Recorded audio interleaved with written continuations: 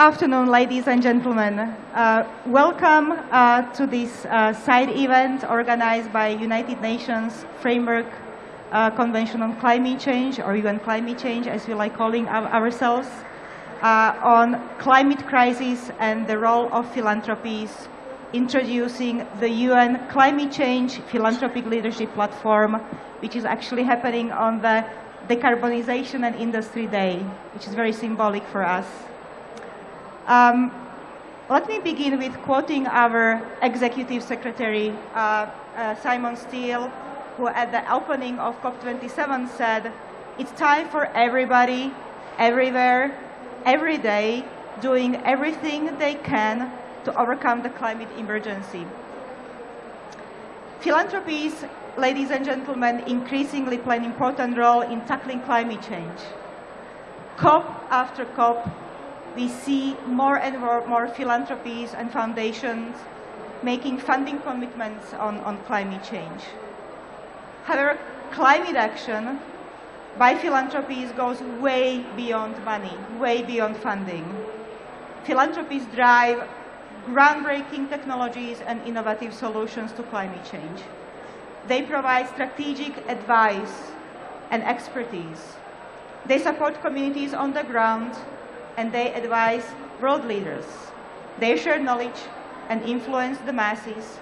They convene networks. We at the UNFCCC want to harness this power, this powerful advice, this knowledge and support by creating the Philanthropic Leadership Platform. The platform aims to engage philanthropies, foundations, high net worth individuals, both from North and the South alike, globally, regionally, and nationally.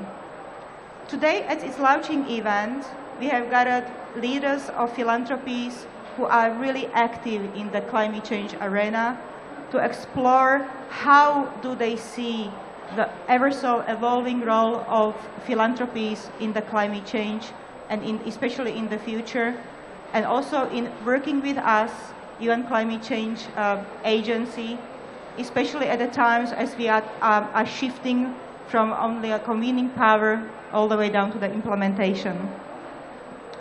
So, ladies and gentlemen, we have an exciting panel with us today.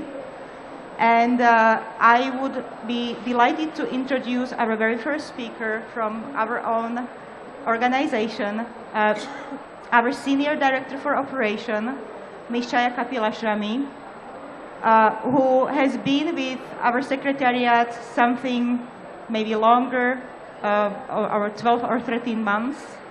And this is her second COP, just like it's for me. And Chhaya, I would like to ask you, from your own perspective, running the operations, which also actually include partnerships, how can non-parties, specifically philanthropies, support the Secretariat in the implementation of the goals of the Paris Agreement? Thank you, Maria. Hopefully everybody can hear me. I'm competing with lots of other pavilions, but also my voice is starting to fail as we enter into the second week. So first of all, it's really my pleasure to be here today and to welcome all of you to this Philanthropy Leadership Forum. When we opened COP27, our Executive Secretary emphasized the fact that we only have 8 years left before the 2030 agenda ends, and that it's really important to achieve a 45% reduction as compared to 2010. For almost a week now, we have been talking about the need to bridge the enormous gap that we have and to start to track our progress in mitigation, adaptation, loss and damage, finance, and accountability. We need to move collectively and cohesively to get emissions down, climate ambition up, and finance in the trillions that we need to accomplish all of this. There is a perspective here, and I hope all of you share that. As we have been walking the halls, sitting in the various negotiations, listening to the parties, the observers, civil society, we're hearing a lot of real concern and genuine sentiments about our ability to really meet the things that are an ambition for COP27. But we're also hearing a lot of optimism. Optimism that we can come together as people, and if we do, anything is possible. What we hope is that the philanthropy leadership platform takes a lot of our actions into overdrive. As Maria said, we need all of you, the business leaders, the philanthropists, the multilateral organizations, foundations, NGOs, civil society, who can drive transformative change that's required for us to address the goals of the Paris Agreement. We want to use the expertise that is here in the room. We want to use the networks. We want to use your guidance and advice. And even though UNFCCC is a party-driven process and we have a clear mandate, we're asking you to guide us in our work, engaging with all sectors and providing us, as I said, with your expertise and guidance and creating this circle of opportunity. By creating this philanthropy leadership platform, UNFCCC hopes to engage all of the different sectors. And what we hope is, as was stated in the COP27 opening, that we have an inclusive, transparent process that really takes the best from each sector. Thanks again for engaging with us, and thanks, Maria. I'll hand it back to you. Chhaya, thank you very much for your introductory words and words from our Senior Director of the UN Climate Change. I would like to now turn over to our first speaker from our first philanthropic organization, Ms. Priya Shankar, who is a Senior Climate Lead at Bloomberg Philanthropies. Bloomberg Philanthropies is a long-standing strategic partner of UN Climate Change. And we know very well that Mr. Bloomberg also has a special hat. He also, among many, he is a special envoy of the SG of United Nations for Climate Action, which is very closely linked to non-state actors. So, Priya, could you tell us about the critical role of philanthropies from a global perspective in tackling climate change, especially in terms of non-party stakeholders? Thanks, Maria. Can everyone hear me? Yes, I think this is working. At Bloomberg Philanthropies, our mission is to ensure better and longer lives for the greatest number of people. And we support work in 941 cities in 173 countries in different parts of the world. And when you look at that mission of sort of better and longer lives for the greatest number of people, and you start to see sort of how climate change intersects with that in terms of the devastating impacts that are being felt by people all around the world, from sort of extreme weather events, drought, flooding, and the worst that's going to come, you can see there's a strong kind of impetus for engaging on climate, not just from a sort of environmental perspective, but also from a human development and health and quality of life perspective.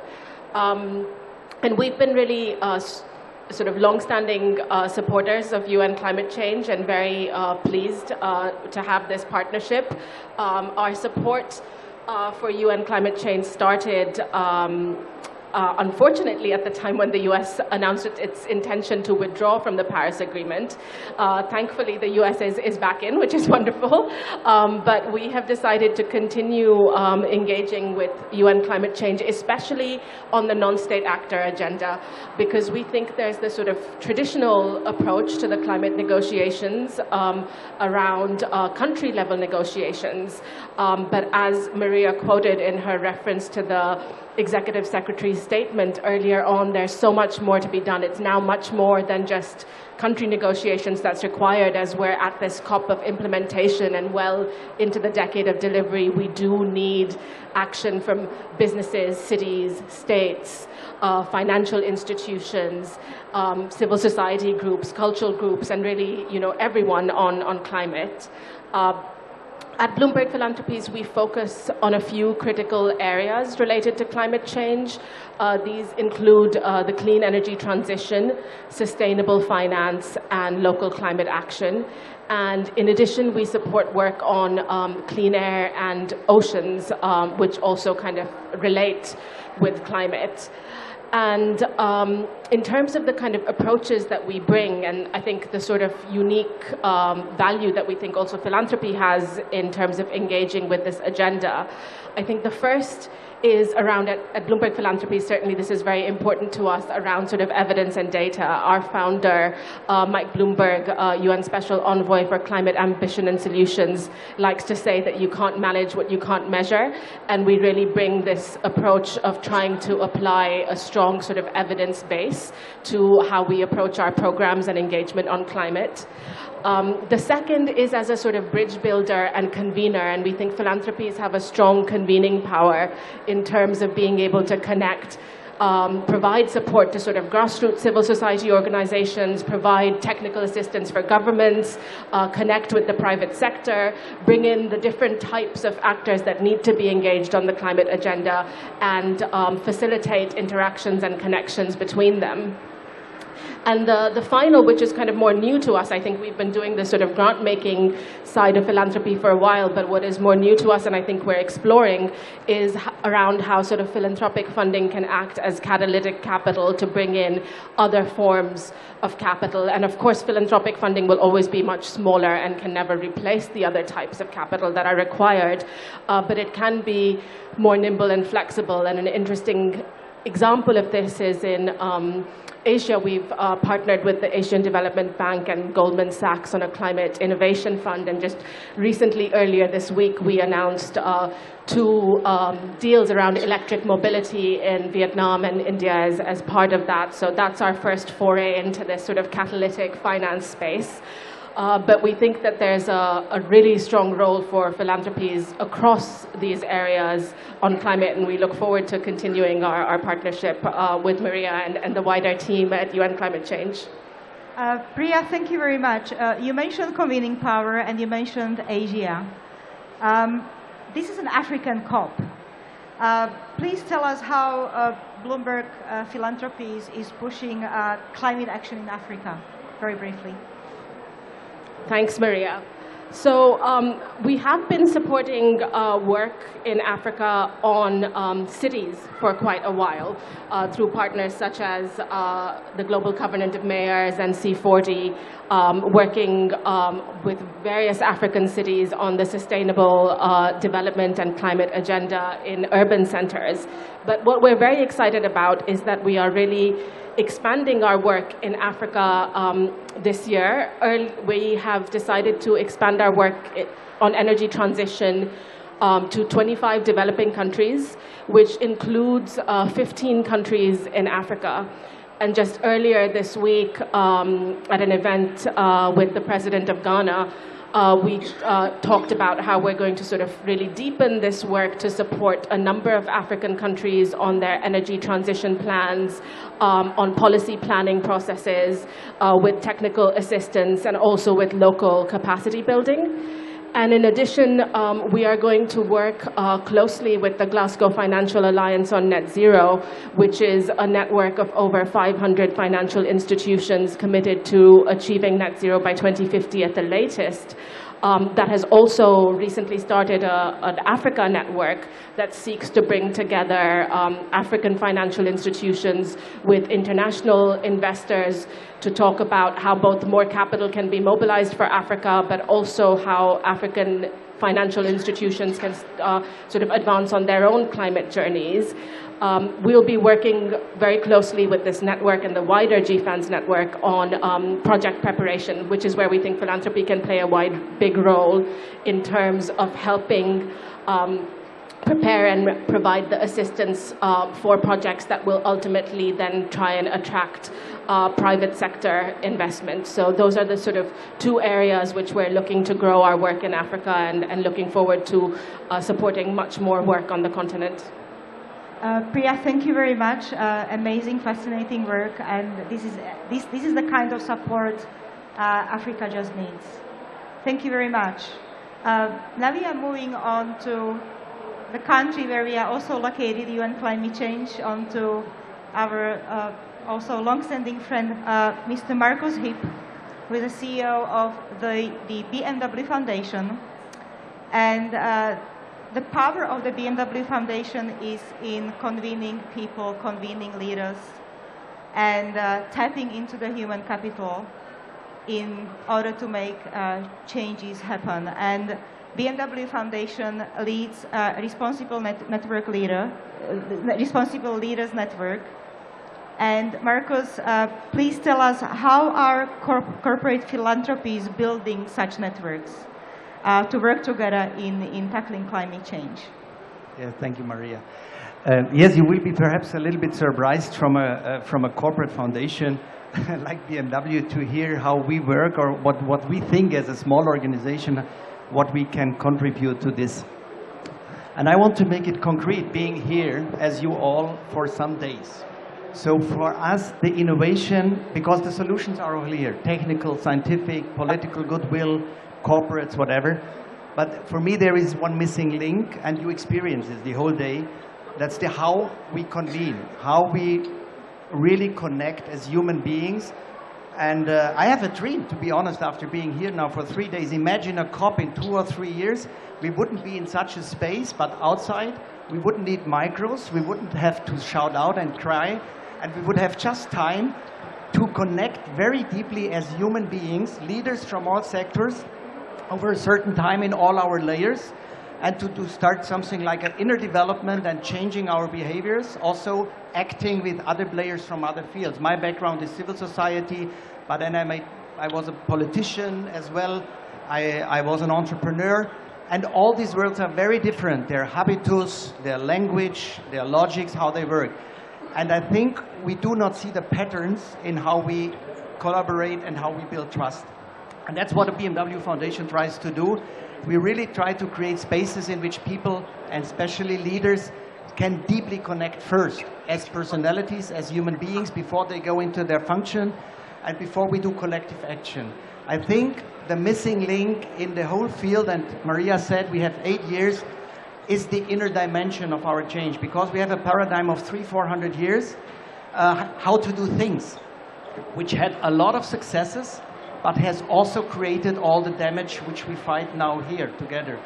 And if we don't start with this inner, also as leaders, I think it will be very difficult. There's one movement I just want to use the opportunity, you can see from Scandinavia, which is the Inner Development Goals movement. Yeah, there are the SDGs, which are the outer goals.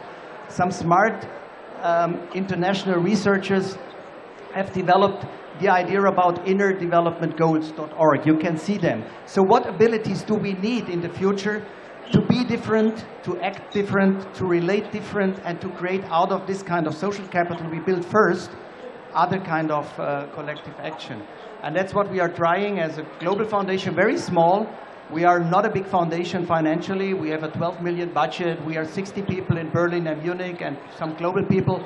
But we are a community of a growing community of more than 2,000 leaders in 100 countries, which are really went through an experience that they feel as a community for change, very deeply connected. I wake up every morning with 40 WhatsApp groups of people which have met 6 years before and daily communicate to each other, professional, personal. If they meet, they collaborate, they start things, because in the beginning it was first their belonging to themselves, to others, and to a common bigger third, which is here the SDGs, the planet, the climate change.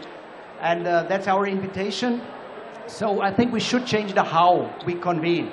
All is here, but we should, I would do, if I would be the United Nations, UNFCCC, I would do a global competition to invite the smartest people to innovate the how of the convening, especially in this kind of policy conferences. That would be just an idea I got yesterday and today.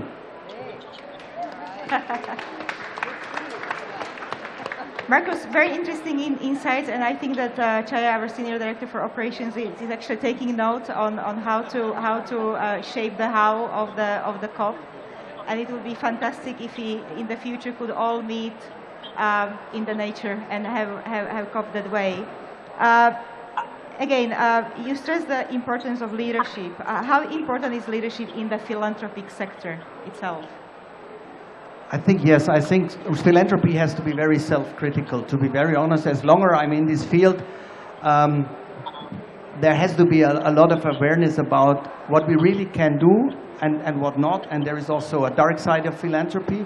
First of all, I think leadership has to be aware in which context you work as a philanthropist. For example, it's very different if you are a philanthropist in the US, where you have not a social welfare state in which foundations have to compensate a weak state in a lot of fields. I always say, if you would switch out philanthropy in the US, in health, in education, in science, it would be pretty dark. If you would switch out philanthropy in Scandinavia or Germany, you would wait for 3-4 weeks to find it on 7th page in a newspaper that there is not any longer 25,000 foundations. So we are not that important in that meaning of, we have a functioning, tax-functioning welfare state. And the role, what is then the role? And that's, for example, in Germany, the problem, or in Central Europe. We have the freest capital in a society. So we could be really the risk capital giver for social innovation, and especially for a better kind of coordination and trust building between the existing players in the field. This is not sexy. This is not project giving. This is not program making.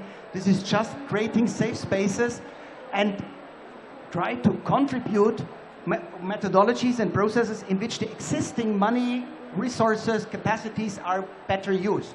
This would be the example in which you take leadership in a German system, or in a system in which there is a strong state. But that always needs courage, because it's always more sexy to do your own thing. I think this is very dangerous, that a lot of philanthropy leaders just doing their own thing added to something. I think that's not so relevant, and we have to reflect what is really the key we can contribute with our very little resources. And the problem is, normally foundations are structural, very conservative.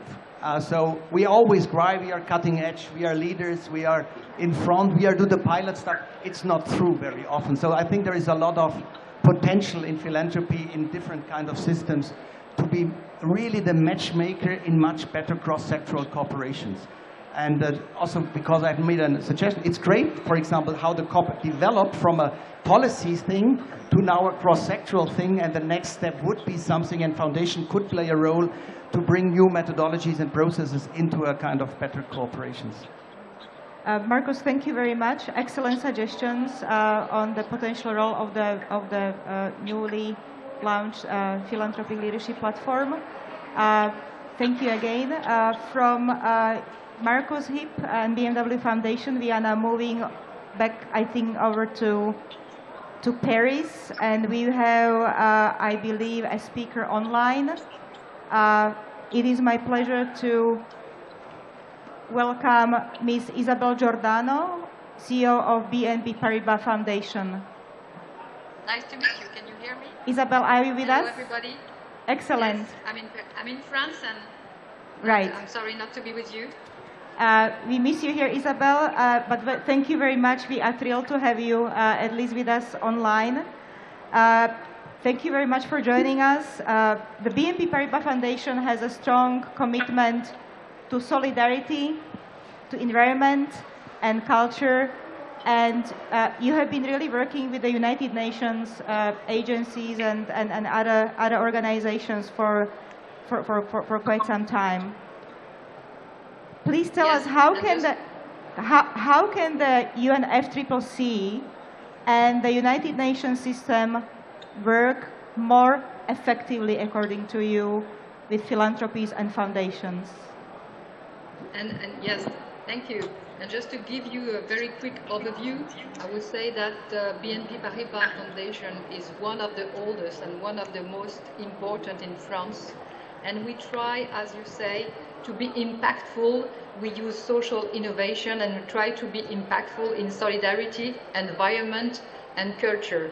But regarding environment, I would say that the way we work with the different coalition, with the different actors, the different change makers in the nation, the United Nations, and with all the different partners we have one priority is to help research. I do think that the role of philanthropy is to do what companies cannot do, and to work with a long-term vision. This is, according to us, the most important thing. We have a budget for France that is approximately 15 million euros, but the global corporate philanthropy of BNP Paribas is 50 million euros. With such an amount, I'm sure we can accelerate and we can do more with more coalition.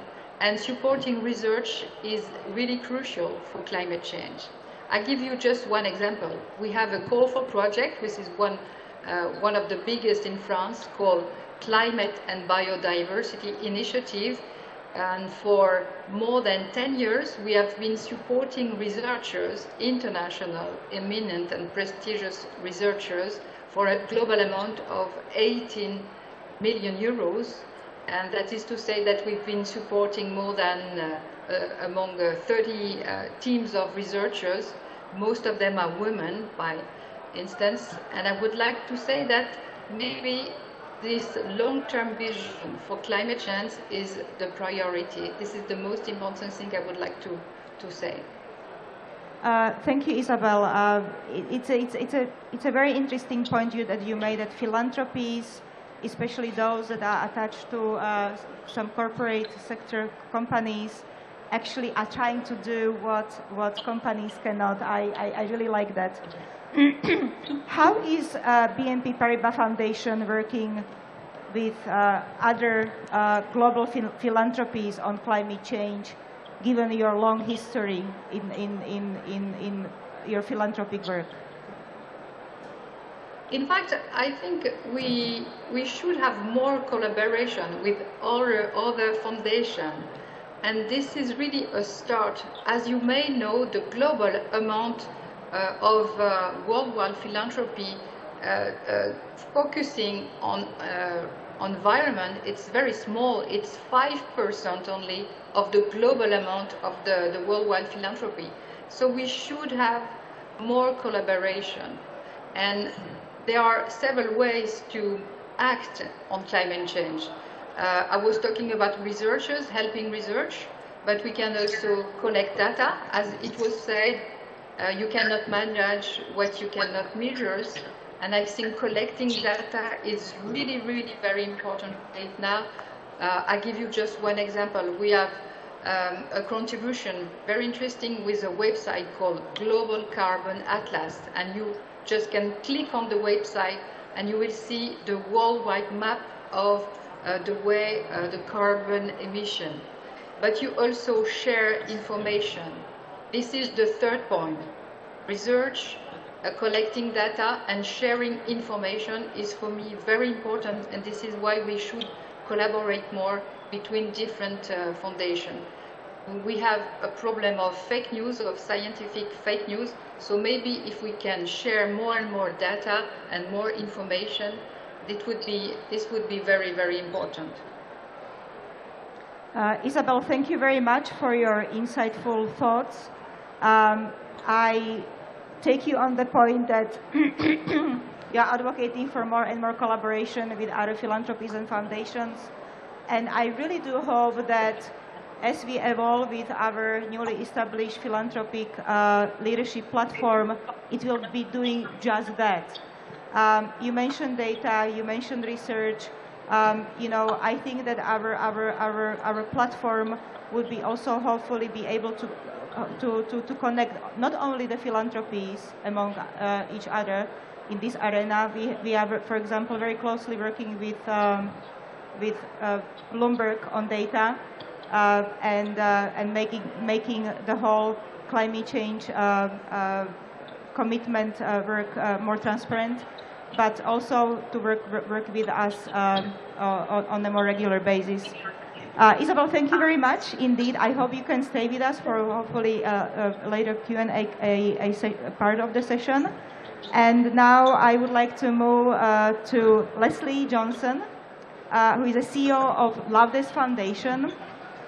And Laudes Foundation was established in 2020. So it's one of the newcomers on the philanthropic scene, promoting fashion for good and net zero buildings. So Leslie, tell us, what sets Laudes Foundation apart from the others? Great. Well, wonderful to be here, Maria. I think when I think about the benefit of starting a foundation now is you can actually benefit from all the expertise in the room. And for us, it's really four things. One is, well, I think what sets us apart is that we're very lucky to be able to benefit from, say, Markus's experience in convening, or the fact that there is CLI that helps new foundations get into climate finance, or the fact that we're part of the funders group at Climate Works, where we can learn from others. So all this expertise of foundations, like yours that have been doing this for years and years, is there for us to benefit from. We don't have to make the same mistakes. So if anyone here is thinking of setting up a foundation, now is the time to do it. I think the second thing is that we've taken a very unique view that the belief is that business and finance plays a critical role, of course, in tackling the climate and inequality crisis. But it's really hard to get business and finance to step up at the pace that we need. So our position is very much focused on how do we use philanthropic capital to both create the carrots and the sticks for business to move. So we inspire and challenge. And in some areas, you need more challenge, a little bit more sticks. Other areas, the inspiration, reimagining what could be is enough. So that is, I think, a fairly unique positioning, which has us go very deep in specific industries like fashion, built environment, and finance. I think the third thing that's differentiated us is that we also have made some big bets. I always say that foundations are probably not as risk-taking as they should be. Because I think, Markus, you said this. I mean, this is the most, fungible type of capital out there. You can take risks, you can fail, and there's no repercussions at all. You just learn. So we have taken risks. We've set up, under our previous name, CNA Foundation, something called Fashion for Good, which was a big investment to try to get more innovation in the fashion industry to tackle that 10% of emissions that fashion is doing, among other things. Last year we launched Built by Nature, which is another big bet, really trying to connect the fragmented sort of industry that is the built environment and actually reimagine buildings. Let's put wood in buildings instead of concrete or steel. So being able to put big money on the table and make a big bet is really important. And I think maybe the final thing for us that I think doesn't really differentiate us, but I think it's really important for foundations, is that we started with the system. In fact, the very first thing we did when we set up the foundation was think about, okay, what is this system? Every foundation talks about systems change, but are we all talking about the same system? Maybe not. So we spent a lot of time, and my colleague Kelly is over there who spearheaded this, creating an amazing map, which you love and you hate at the same time, but it is an incredible dynamic map that shows you the system and the levers of change and helps us understand where we can intervene. Leslie, that's fascinating, and thinking about the fact that you started only 2 years ago in 2020 in the midst of COVID, and here we are 2 years later and you achieved such an amazing progress already. Can you please share with us any advice for new philanthropic actors on the scene of the climate change if they wanted to find their niche? Advice? Yes. So I think a couple things. I mean, first and foremost, play to your strengths. Don't do stuff you don't know anything about. It doesn't help. And we've really benefited from sitting under a very entrepreneurial family that's been in business, growing, buying businesses over the past 7 generations. And therefore, that gives us an understanding and a credibility to work in business and industry. So strength is number one.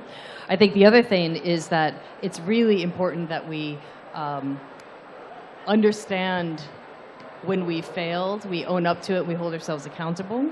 I don't think the philanthropic industry, and I'll call it an industry, holds itself accountable enough So I think we all need to invest more in sort of what works and what doesn't work, but then actually sharing that so that others can't make the same mistakes. That's really critical. And I think the other thing is we need to be bold and brave. I mean, I talked about taking risks. If philanthropy can't take risks, then who can? So, you know, call to action. Those in the room, we need to take risks. I mean, you hear it out there. There's a lot of talk and not a lot of action. So we need to use what we have, these tools, to really poke and prod and get folks to move. And again, sticks and carrots. And that's really important. What does that mean for climate philanthropy? It could mean working in strategic litigation, as an example, as I look at my colleagues. It could mean working in a counter-narrative, you know, to try to counter what is effectively an anti-ESG narrative that's being developed. So it can mean lots of different things, but at the end of the day, it means sticking your neck out and being bold and brave. Leslie, thank you very much. Love that. Wonderful applause to you. Sorry, ladies and gentlemen, before I lose voice, I would like to introduce our last, but definitely not least, amazing speaker, Mr. Saliem Fakir, who is Executive Director of African Climate Foundation. And African Climate Foundation is the first African-led strategic grant maker and think tank at the same time, who works on the climate change and development nexus. Fakir, tell us please, climate philanthropy, what is the reality for Africa? Thank you very much. First I have to congratulate Markus for having 40 WhatsApp groups. I don't know how you cope with that and keep calm, but I do admire you for that. I just want to say the origins of the African Climate Foundation, I think it's very important. In 2018, I don't know if Bloomberg were part of the initiative. There are large endowments, so I have to explain sort of the philanthropic space. They are endowed endowments that average every year they would grant between 150, maybe $200 million. And I would assume the total is about $1 billion a year just for climate. But that's a small portion of all the, I think it's close to 600 billion, if I'm not mistaken, of philanthropy money that goes into other areas. We did a study on the profile of the flow of philanthropy in Africa.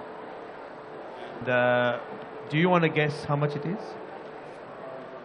So you take 1 billion per year. How much do you think goes into Africa? Can anybody guess? Can anybody guess? Close. That's it. So I think that figure was a shock to many people. Perhaps it was the sense that Africa is not a big emitter, because a lot of the climate foundations were very focused on the mitigation side of the debate. But we do have a reality in Africa in which two realities. The one is that there's a lot of risk, vulnerability to climate issues, extreme weather, and that's sort of in the public profile, in the media, that's the issue that gets the biggest attention. And it does have an economic impact.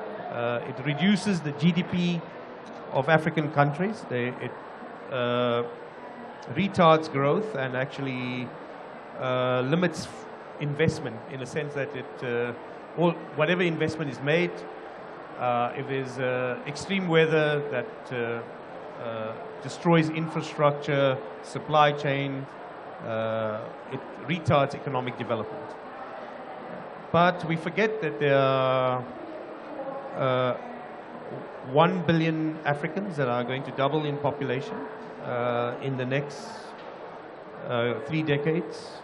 Most of Africa will urbanize, fastest urbanizing continent in the world. It will be the youngest population in the world, and will have between 19 to 25% of the world population. Think of those statistics. It is extremely well endowed with energy, fossil fuels, and sun and wind and geothermal and hydro. So it's not that Africa does not have resources or the potential. It's how we are able to combine the resource base, the brains of young people, with energy, electrification.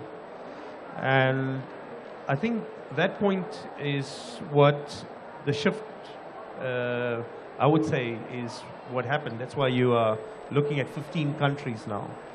And why is that important? Because electrification, as we all understand, and you know it in Europe now, if you don't have gas, you're in trouble.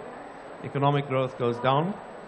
So electrification is vital, not because we are only trying to solve a climate problem, but we are also trying to do two things. One is lock out the potential for fossil fuels, because at the moment fossil fuels are mostly used for exports. It's to fund the fiscus, to generate revenue. In certain parts of Africa, it does support the electrification of the economies. But electrification is very important for three things: economic development, diversification, digitization, because it allows through digital integration, better integration of African economies, not only within the region, but also the labor force of Africa and its entrepreneurship can be better integrated into the global economy. The third part is that there's a democratic dividend for electrification, because the more you have in a very fast-moving, urbanized, young population, people want to be connected.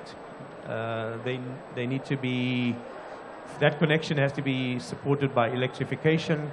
And we got connection, electrification, you have access to ideas, can disseminate ideas, and you can get young people to be more actively involved in entrepreneurship. And in that way, you are able to generate a broader upliftment. So you can see why the focus on only the issue of vulnerability is a very limited investment in climate. You have to broaden it to electrification for all the other reasons that I gave you.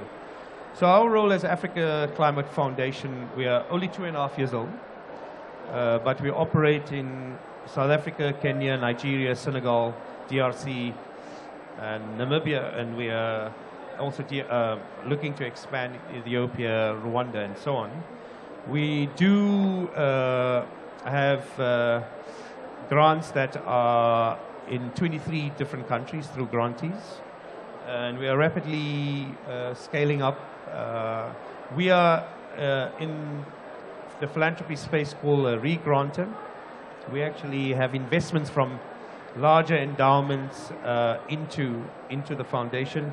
But lastly, I think what's important is that why do you need an African Climate Foundation? Is that you need to understand the local context, and you also have to be able to articulate African organic vision and be able to support that with the right funding and support. Local context matters the most, especially when you are doing the operational work on the ground. So how are the regional and local philanthropies, such as your foundation, embedded in the local communities, especially in Africa? So the way to do that is to actually, in every country, you have to understand the local context. The only way you can do that is empowering people, whether it's ACF staff or whether it's our grantees, to be able to develop programs and initiatives that are relevant and in demand in the local context. We as a foundation have to invest in that ecosystem and enable agency on the ground to be able to drive that to the level.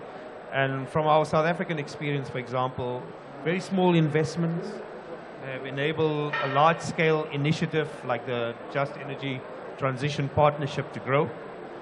And that has also attracted other investments, not only from philanthropies, but big bilateral funders, and also from the business community and business foundations.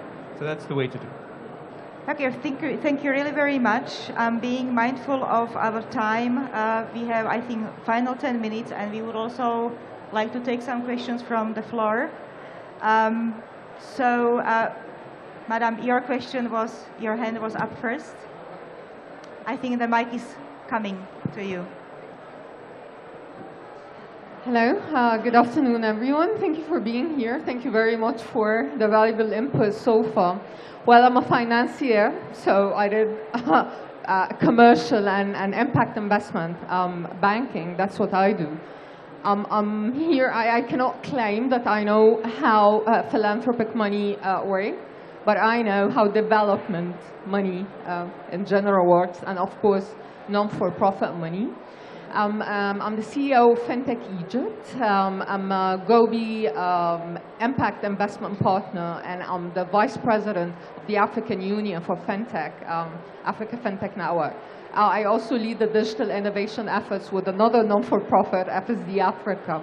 We work towards achieving an inclusive financial industry across sectors, improving the resilience of African businesses and households, and mobilizing climate finance.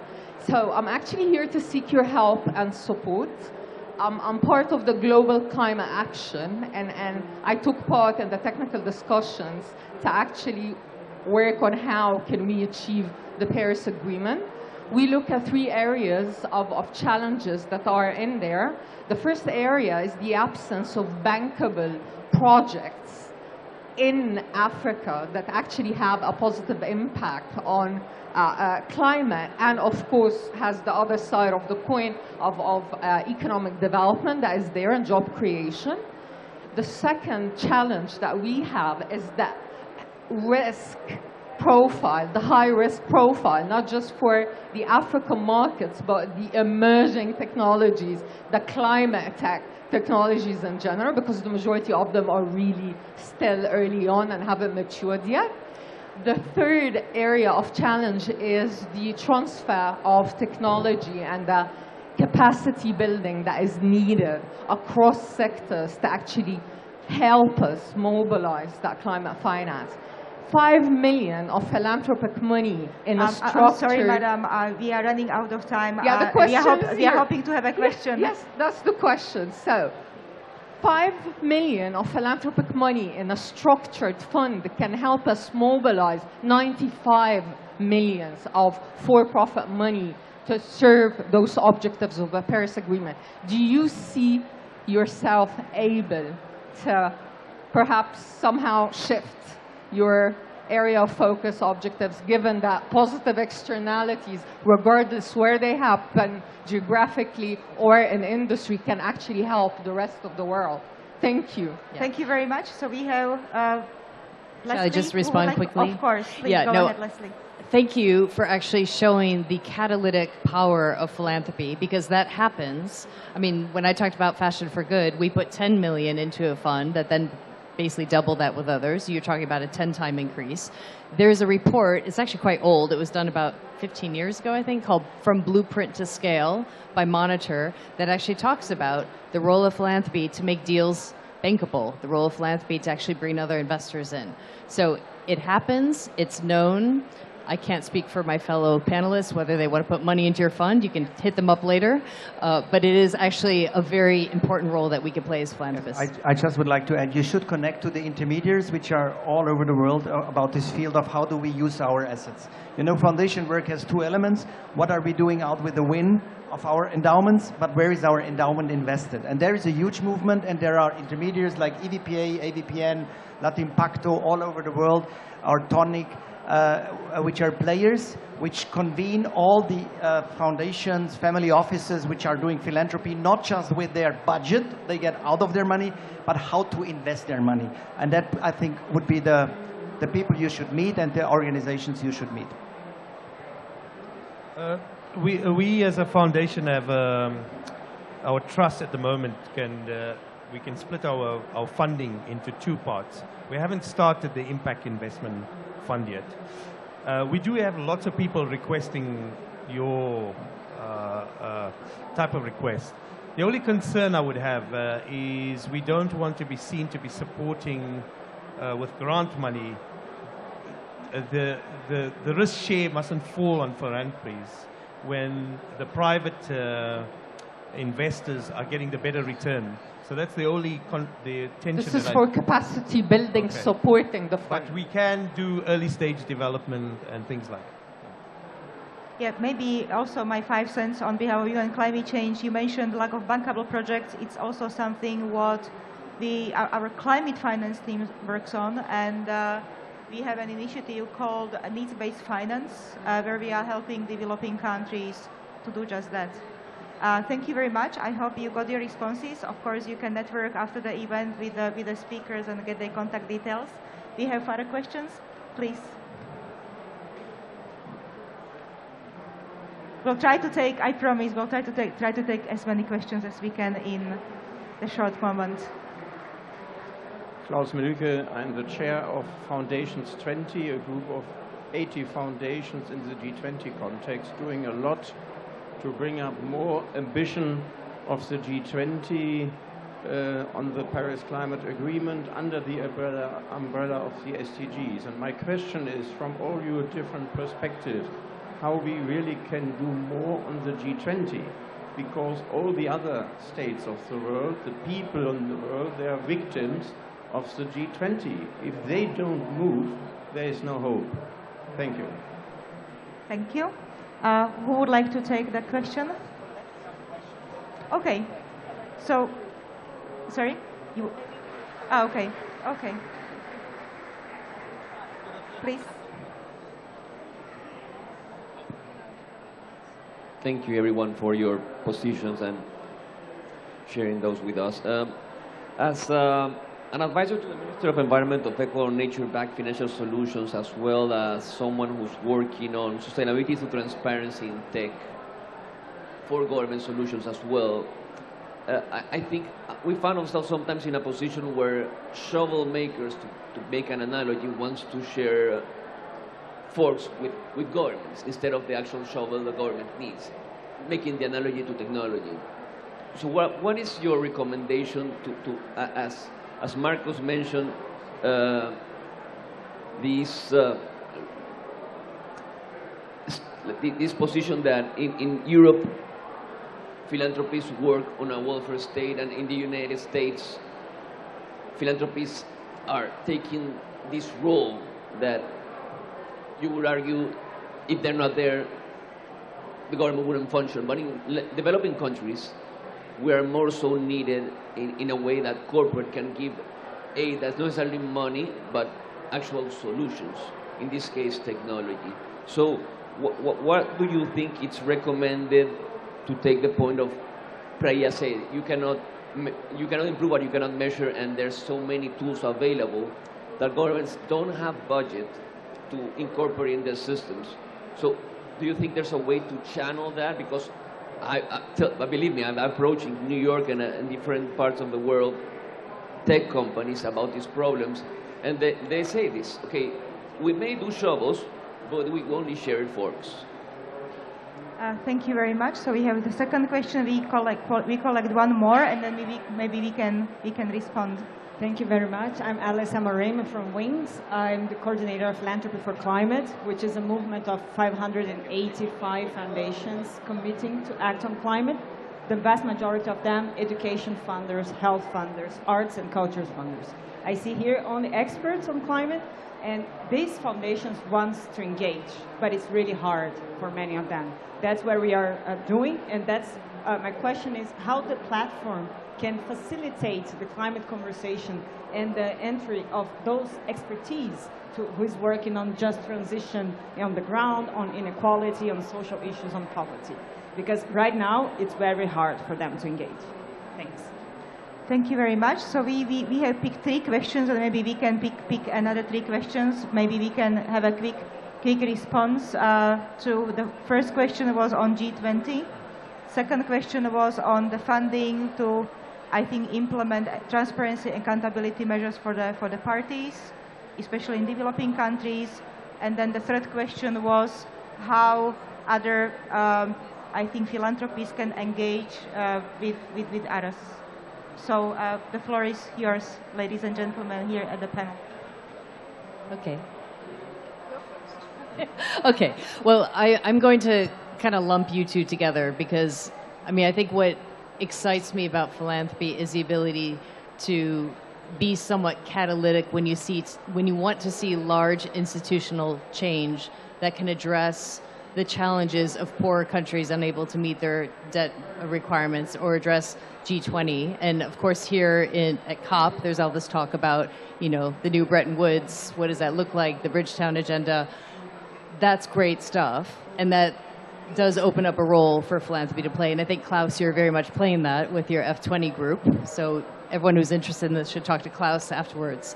There aren't enough foundations playing there yet. And I would raise this question of large-scale, multilateral, international transformation. It needs to happen, but it's really complicated. So for those that are foundations, we can play. We can fund feasibility studies. We can fund advocacy efforts to whisper in the ears of policymakers. We can fund, you know, sort of organizations that can help show what's the way to make this happen. So I think there is a role, but I don't think it's happening yet as quickly as it should. Great. I think we have other responses as well to some of these questions. Chhaya, would you like to go ahead? Yeah, thanks. Maybe I will also lump the questions together because probably not enough time to do a detailed dive. But I think for me, just hearing some of the discussions that have been happening, I think it's difficult. You know, we're at COP27, so I think us at UNFCCC also wonder, how do we get looking backwards from 2030? This is one of the things that our own executive secretary is saying. Let's look backwards from 2030 and then see what is it that we need to accomplish every single year to get to that 2030 mark.